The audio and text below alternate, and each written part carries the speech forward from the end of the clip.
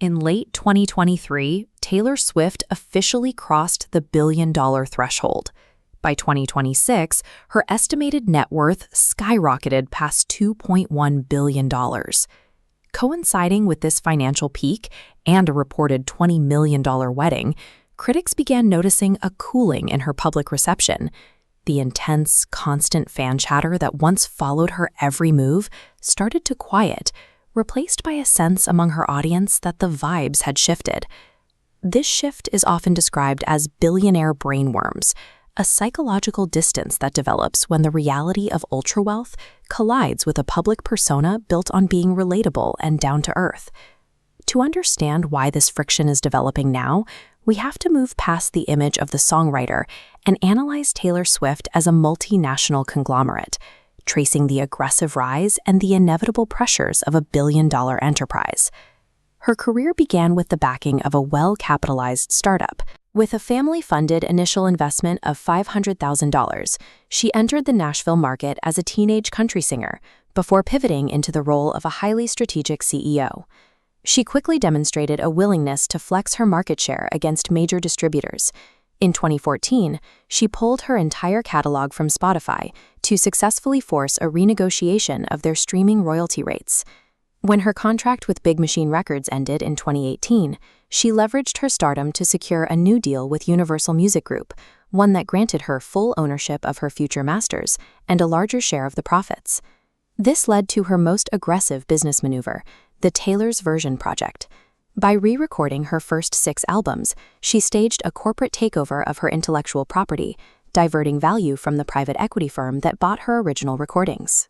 By driving fans to these new versions, she diluted the old assets, creating a new catalog worth up to $900 million. She applied this same direct-to-consumer logic to the film industry. By bypassing traditional Hollywood studios to distribute her concert film directly through AMC and Disney, she captured 57% of all ticket revenues for herself.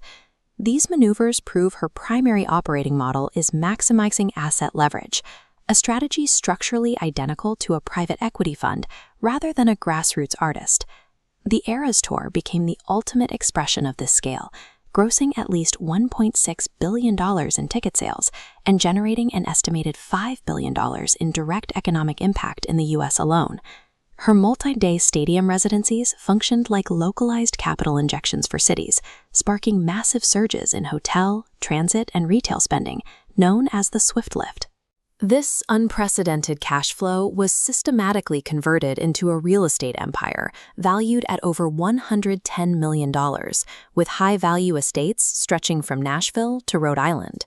By 2026, Swift was no longer just an artist participating in the economy. She had become a sovereign economic force, operating on an entirely different plane than her consumers. But crossing the billionaire threshold finally broke the underdog narrative. For many fans, the astronomical wealth made her long-standing girl-next-door image feel like an increasingly thin marketing illusion.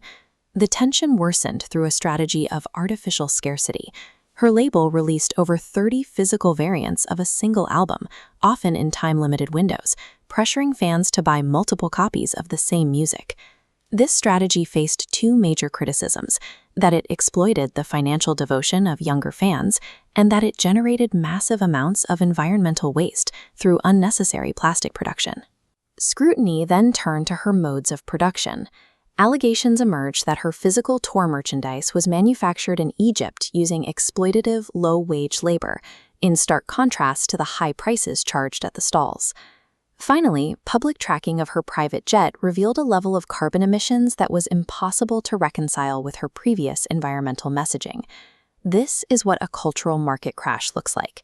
Former fans are reaching the conclusion that the business tools required to build a $2 billion fortune are fundamentally at odds with the public grace she used to secure their loyalty. While legacy figures like Dolly Parton systematically redirected their wealth into community infrastructure and education, Swift has largely focused on compounding her own equity while remaining silent on the systemic issues affecting her fans. The ruthless financial mechanisms used to aggressively monetize her audience have ended up destroying the very relatability that those fans once valued. Modern pop culture suggests a hard limit.